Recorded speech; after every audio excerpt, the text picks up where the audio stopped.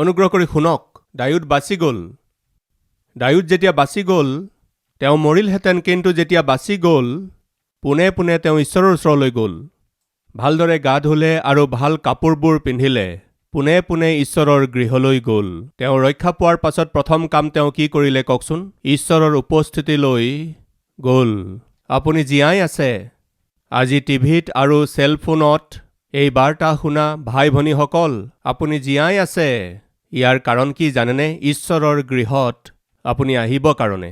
কবৰলৈ লৈ যোৱাৰ সময়ত, পতিত হৈ থকাৰ সময়ত, দ্বিতীয়তে কবৰলৈকে লৈ যোৱাৰ সময়ত।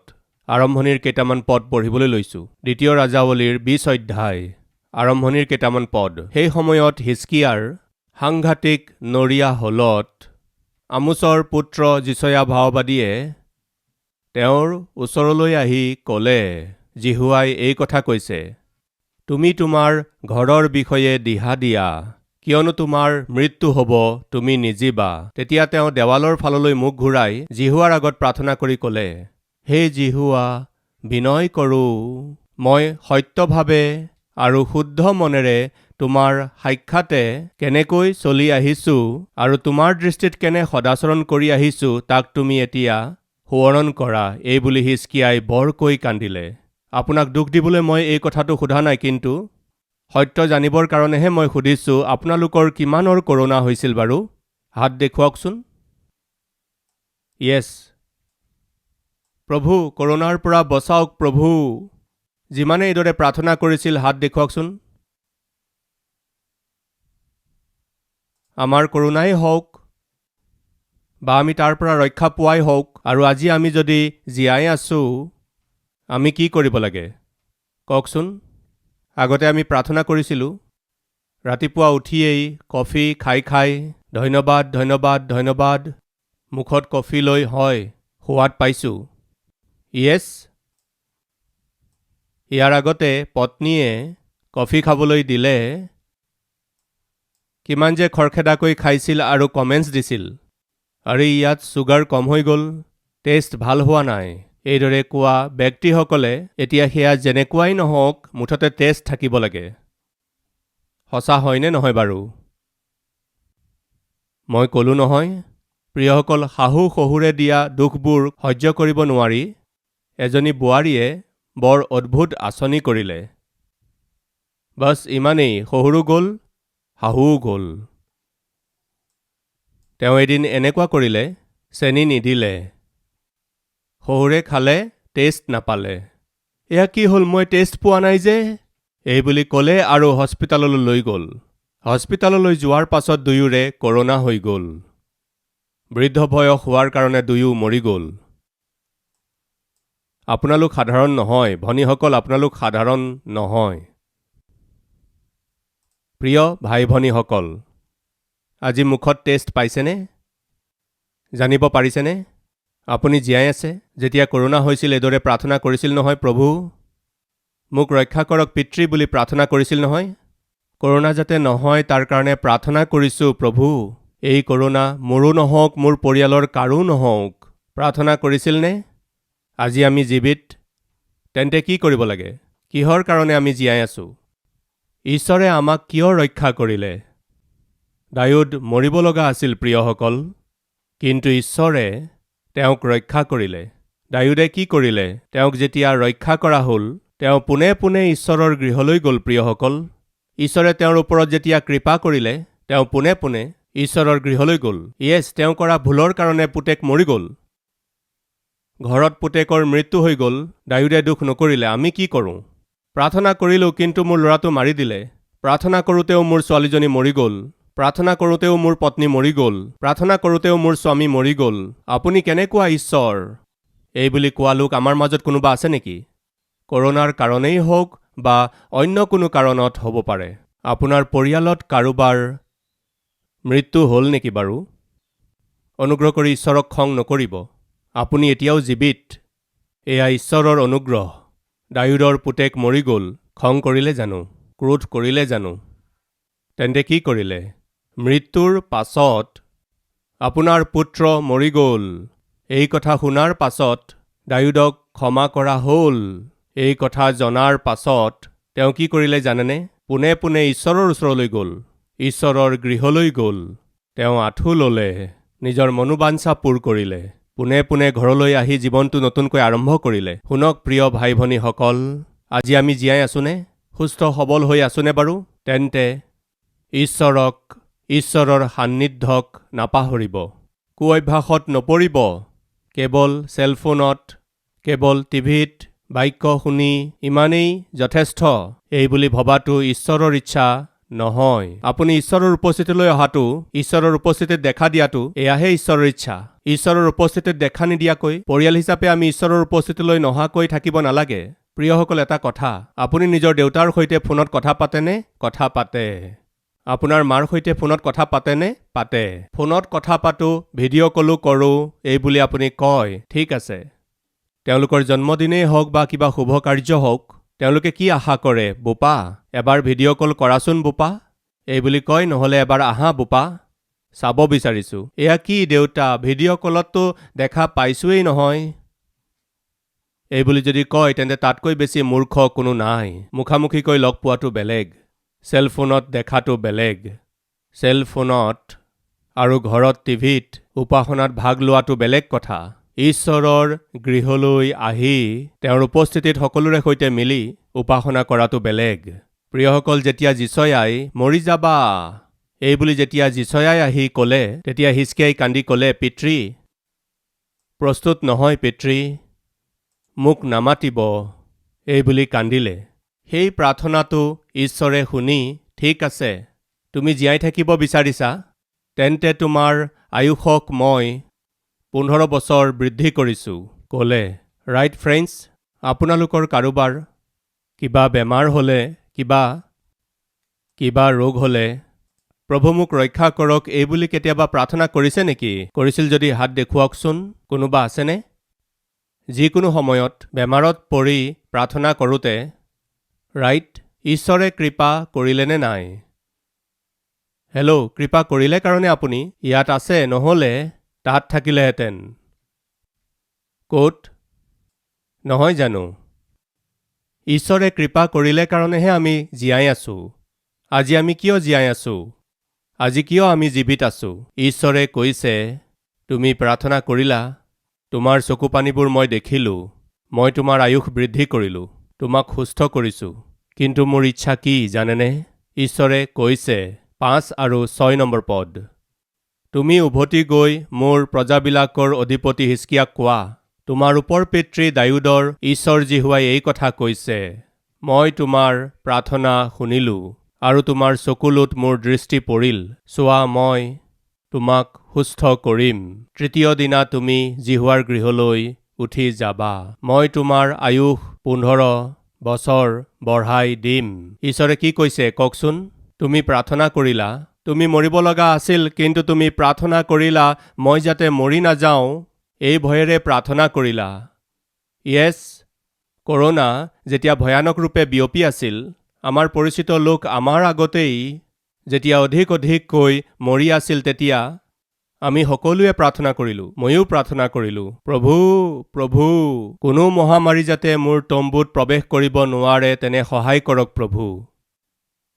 বহুবাৰ মোৰ ডাঙৰ ল'ৰা বা মোৰ সৰু ল'ৰাটোৱে কৈছিল, দেউতা মোৰ চৰ্দি হোৱা যেন লাগিছে, এইদৰে ক'লে ভিতৰলৈ গৈ আঁঠু লৈছিলোঁ।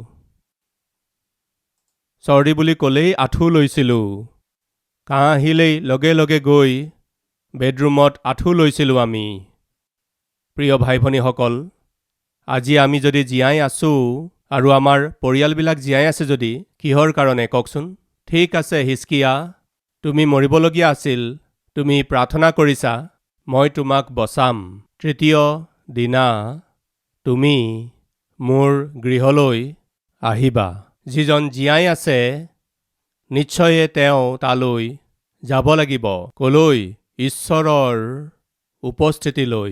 দায়ুদ মৰিব লগা আছিল, কিন্তু ঈশ্বৰে কৃপা কৰি ৰক্ষা কৰিলে। ৰক্ষা পোৱাৰ পাছত দায়ুদে সৰ্বপ্ৰথমে কি কৰিলে? পিতৃ, মই বাচিলোঁ, এই ভয়ানক বিপদৰ পৰা মই বাহিৰ হলোঁ। প্ৰভু সৰ্বপ্ৰথমে কি কৰিলে? গৃহলৈ আহিল। য়েছ, হিজকিয়া, মৰিব লগা আছিল, প্ৰাৰ্থনা কৰাত ঈশ্বৰে ৰক্ষা কৰিলে। তেওঁ কি কৰিব লাগে? পোনে পোনে ঈশ্বৰৰ গৃহলৈ আহিব লাগে। ঈশ্বৰেতো ইয়াকেই কৈছিল, তুমি তৃতীয় দিনা মোৰ গৃহলৈ আহিবা। কি লিখা আছে? উঠি যাবা। ইয়াৰ অৰ্থ কি? তুমি মোৰ গৃহলৈ যাবা, যাব লাগিব। প্ৰিয়সকল, ঈশ্বৰে আজি আমাক জীয়াই ৰাখিছে কাৰণে তেওঁৰ গৃহলৈ নোযোৱাকৈ থাকিব নালাগে। আমাৰ ভাৰতবৰ্ষত আনে ঘোষণা কৰাৰ আগতেই ময়েই কৰিছিলোঁ। কি? অনুগ্ৰহ কৰি অহা দেওবাৰৰ পৰা চাৰ্চলৈ নাহিব। মই আপোনালোকৰ মংগল বিচাৰোঁ। কৰোনা ইজনৰ পৰা সিজনলৈ বিয়পি আছে। এজনৰ পৰা আনজনলৈ বিয়পি যোৱাৰ ফলত চাৰ্চৰ সকলোৰে হৈ যাব। ঈশ্বৰৰ গৃহত আমি সকলোৱে মিলি আৰাধনা কৰাৰ দিনটো অহালৈকে আপুনি ঘৰতেই থাকি অনুগ্ৰহ কৰি প্ৰাৰ্থনাত সহভাগী হওক। ময়েই কৈছিলোঁ, কিয়? আপোনাৰ মংগলৰ কাৰণে। আৰু সেই সময়তেই আজি যেতিয়া আমি ঈশ্বৰৰ গৃহলৈ আহিবলৈ সুযোগ পাইছোঁ, এই সুযোগ লোৱাটো আমাৰ দায়িত্ব। সেইকাৰণে মই কি কৈছিলোঁ? আহক আমি সকলোৱে মিলি ঈশ্বৰৰ গৃহত ছ'চিয়েল ডিষ্টেন্স মেইনটেইন কৰি, সতৰ্কতা অৱলম্বন কৰি প্ৰভুৰ আৰাধনা কৰিম, এনে আমন্ত্ৰণ দিলোঁ। কিহৰ কাৰণে? তাৰ প্ৰয়োজন আছিল কাৰণে, বাক্যমতে আছিল কাৰণে। হিজকিয়া, তুমি বাচিবা, তোমাক জীৱন দিম। তৃতীয় দিনা মোৰ গৃহলৈ তুমি আহিব লাগিব। এয়া ঈশ্বৰৰ আজ্ঞা। যিজন জীয়াই আছে নিশ্চয় আহিব লাগিব ঈশ্বৰৰ গৃহলৈ। আহক তৃতীয়টো কথা চাওঁ। পিঠাৰ কাৰণে ব্যাকুল হৈ থকা। পাচনি কৰ্মৰ 3:1 পৰা। কোনো এদিন প্ৰাৰ্থনাৰ সময়ত অৰ্থাৎ 3মান বজাত পিতৰ আৰু জোহন ধৰ্মধামলৈ গৈছিল। এনেতে ধৰ্মধামত সোমোৱাবিলাকত মাগিবলৈ যি এজনক ধৰ্মধামৰ সুন্দৰ নামৰ দুৱাৰ মুখত নিতৌ নি থয়, এনে এজন উপজাৰে খুৰা মানুহক লোকে বৈ আনিলে ধৰ্মধামত সোমোৱাবিলাকত মাগিবলৈ। দুৰ্ভগীয়া, অসহায়, অনাথ প্ৰিয়সকল, খোজ কাঢ়িব নোৱাৰে। খোজনীয়া আছিল প্ৰিয়সকল। তেওঁক সদায় দাঙি আনি মন্দিৰৰ দুৱাৰৰ ওচৰত থৈ দিয়া হৈছিল। এনেকুৱা অৱস্থাত আহাৰৰ কাৰণে, পিঠাৰ কাৰণে ভিক্ষা মাগিছিল। এইদৰে মগনীয়াজনে ভিক্ষা মাগি থকাৰ সময়ত পিতৰ আৰু জোহন মন্দিৰলৈ যাওঁতে তেওঁক দেখিলে আৰু তেওঁলোকলৈ চাই ভিক্ষা মাগিলে, কিবা এটা দিয়ক, মই ভোকত আছোঁ বুলি কওঁতে পিতৰ আৰু জোহনে তেওঁলৈ চাই, আমাৰ ৰূপ বা সোণ নাই, কিন্তু নাচৰতীয়া যীশুখ্ৰীষ্টৰ নামেৰে খোজকাঢ়ি ফুৰা বুলি ক'লে। ইয়াক কি বুলি কয় জানেনে? ৰেমা, মানে ঈশ্বৰৰ বাক্য। খোজকাঢ়া। ঈশ্বৰৰ শক্তিৰে কোৱা হোৱা সেই বাক্যই তেওঁক সুস্থ কৰিলে।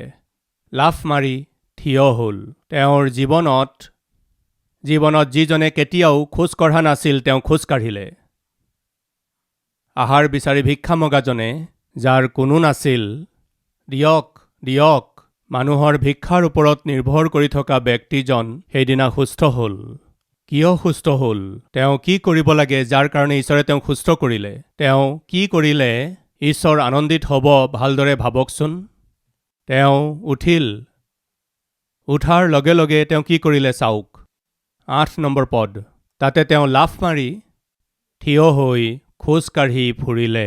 এইদৰে তেওঁ ফুৰি ফুৰি ক'লে, মই খোজ কাঢ়িছোঁ, মই জঁপিয়াইছোঁ। তেওঁ খোজ কাঢ়িব ধৰিলে, জঁপিয়াবলৈ ধৰিলে। তেওঁ পোনে পোনে চিনেমা হললৈ গৈছিল নেকি? কওকচোন বাৰু। পোনে পোনে বাৰ আৰু ৰেষ্টুৰেণ্টলৈ গ'ল নেকি?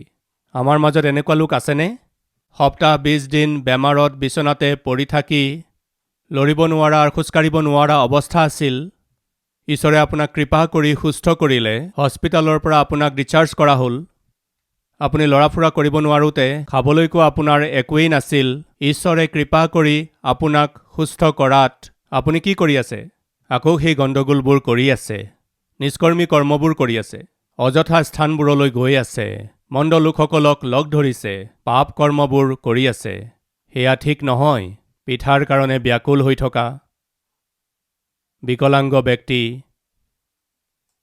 ৰাতিপুৱা উঠিয়েই মানুহৰ দয়া আৰু কৃপাৰ ওপৰত নিৰ্ভৰ কৰা ব্যক্তিজনক ঈশ্বৰে কৃপা কৰিলে। প্ৰভুৱে তেওঁক সুস্থ কৰিলে। আজি আমাৰ মাজৰ বহুতেই এসাঁজ আহাৰৰ কাৰণে কিমানৰ আগত যে হাত পাতি থাকে, আৰ্থিক অনাটনত কিমান মানুহৰ আগত যে গৈ হাত পাতি থাকে, কিমান মানুহৰ ওচৰলৈ গৈ যে দয়া বিচাৰি হাত পাতি থাকে। কোনোবাই সহায় কৰা হ'লে ভাল আছিল, কোনোবাই আশ্ৰয় দিলে ভাল আছিল, কোনোবাই ধাৰ দিলে ভাল আছিল, কোনোবাই কৃপা কৰিলে ভাল আছিল, কোনোবা লগত থাকিলে ভাল আছিল, কোনোবা সহায় হ'লে ভাল আছিল। আমাৰ মাজৰ কিমান লোকে যে এনে পৰিস্থিতিত পৰিছে। কি হ'ল? তেওঁ এনেকুৱা অৱস্থাত আছিল, কোনোবাই সহায় কৰা হ'লে, কোনোবাই অকণমান পইচা দিলে ভাল আছিল। এনেকুৱা অৱস্থাত তেওঁ যেতিয়া আছিল, ঈশ্বৰে কৃপা কৰিলে। তাৰপিছত কি হ'ল? তেওঁ লাফ মাৰি থিয় হ'ল, খোজ কাঢ়িলে, দেও মাৰিলে, দেও মাৰি মাৰি ঈশ্বৰৰ স্তুতি কৰি কৰি তেওঁলোকে সৈতে ধৰ্মধামত সোমালগৈ গ'ল। এই অদ্ভুত সত্য আমি বাইবেলত দেখিছোঁ। প্ৰিয়সকল, দাউদ ৰজা হোৱা স্বত্তেও তেওঁ মৰিব লগা আছিল। তেওঁ যেতিয়া বাচিল, ৰক্ষা পোৱা ব্যক্তি সৰ্বপ্ৰথমে কি কৰিলে? ঈশ্বৰৰ গৃহলৈ গ'ল। হিজকিয়া ৰজা বেমাৰত পৰিল, মৰিব লগা আছিল। ঈশ্বৰে কৃপা কৰি তেওঁক ৰক্ষা কৰিলে আৰু তেওঁক ক'লে, পোনে পোনে মোৰ গৃহলৈ তুমি আহিবা। ঈশ্বৰে আজ্ঞা দিলে। এজন মগনীয়া আছিল, দৰিদ্ৰ আছিল, দুৰ্ভগীয়া আছিল, কিন্তু ঈশ্বৰে কৃপা কৰি তেওঁৰ জীৱনত আচৰিত কৰ্ম কৰাত তেওঁ কি কৰিলে জানেনে? কওকচোন। মোৰ পত্নীক ক'ব লাগে, মোৰ সন্তানবিলাকক ক'ব লাগে, মোৰ গাঁৱৰ লোকসকলক ক'ব লাগে, এই বুলি কৈ তেওঁ গাঁৱলৈ গুচি গ'ল জানো? গোটেই গাঁও ফুৰিলে নেকি? কি কৰিলে? পোনে পোনে ঈশ্বৰৰ গৃহলৈ গ'ল।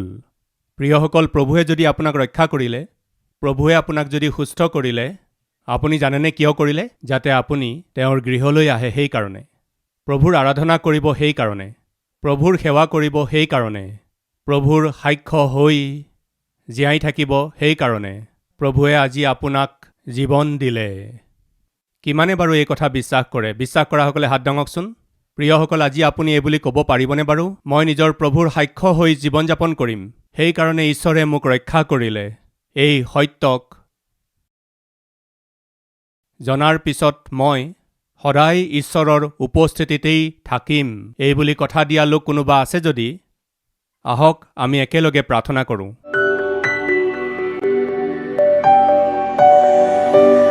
মহান পবিত্ৰ প্ৰেমময় পিতৃ ঈশ্বৰ, যাক আমি জানো, যিসকল আমাৰ আশে পাশে থাকে, হঠাতে এই জগতৰ যাত্ৰা সমাপ্ত কৰি গুচি গ'ল পিতৃ। তেওঁলোকতকৈ আমি কোনো গুণে ভাল নহয় পিতৃ, তথাপি আপুনি আমাক কৃপা কৰিলে। এয়া চাওক, আমি সকলো নাশ হ'বলগীয়া আছিল, কিন্তু পিতৃ আপুনি ক্ষমা কৰিলে। আমি কবৰৰ ভিতৰত সোমাব লগা আছিল পিতৃ। পিতৃ অনুগ্ৰহ কৰিলে। যেতিয়া আমি কি কৰিব লাগে একো বুজি পোৱা নাছিলোঁ, যেতিয়া আমি কষ্ট পাই আছিলোঁ, পিতৃ আপুনি আমাৰ যত্ন ল'লে। কিহৰ কাৰণে? আমি আপোনাৰ কৃতজ্ঞ হ'ম সেইকাৰণে, আপোনাৰ সাক্ষ্য হৈ চলিম সেইকাৰণে, আপোনাৰ পৰিচৰ্যা কৰিম কাৰণে, পিতৃ আপোনাৰ গৃহলৈ আহিম কাৰণে। এই সত্যক পাহৰি পিতৃ আজি আপোনাৰ উপস্থিতিলৈ অহা প্ৰতিজনক মূৰৰ পৰা ভৰিৰ গেৰুৱালৈকে আপোনাৰ তেজেৰে ধুই মোক আৰু আমাক শুচি কৰি, আমি কৰা প্ৰতিটো পাপ ক্ষমা কৰি, হিমৰ দৰে বগা কৰি আমাৰ হৃদয়খনক নতুন কৰি, সদায় আপোনাৰ সাক্ষ্য হৈ আপোনাৰ পৰিচৰ্যা কৰা লোকৰ নিচিনাকৈ আপোনাৰ উপস্থিতিত থকা ব্যক্তিসকলৰ নিচিনা আত্মিকতা আমাক দিয়ক। যীশুখ্ৰীষ্টৰ নামত মাগিছোঁ পিতৃ। আমিন।